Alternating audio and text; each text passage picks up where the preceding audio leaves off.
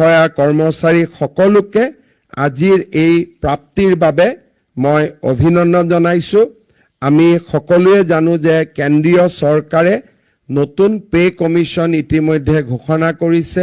যোৱাকালি কেন্দ্ৰীয় চৰকাৰে নতুন পে কমিশন নটিফাই কৰিছে। অসমতো আমি খুব সোনকালে দৰমহা আয়োগ গঠন কৰিম যাতে ৰাজ্যৰ কৰ্মচাৰীসকলে কেন্দ্ৰীয় চৰকাৰে ঘোষণা কৰা দিনৰ পৰাই আমি যাতে পে কমিশনৰ সুবিধা পাব পাৰোঁ। আমি ইতিমধ্যে মই মুখ্য সচিবক যোৱাকালিয়ে কৈছোঁ যে আমাৰ প্ৰিপাৰেশ্যন কৰিবৰ কাৰণে মই কৰ্মচাৰীসকলকো অনুৰোধ কৰিম। ACSৰো ইয়াত এছ'চিয়েশ্যন আছে, শিক্ষকৰো আছে, কৰ্মচাৰীও আছে, সকলোৱে আছে।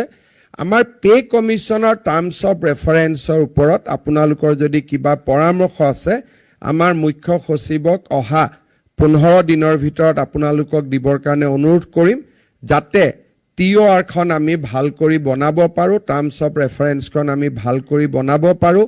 কাৰণ আমাৰ কৰ্মচাৰীসকলে পে কমিশন হোৱাৰ বহুত দিন পিছলৈ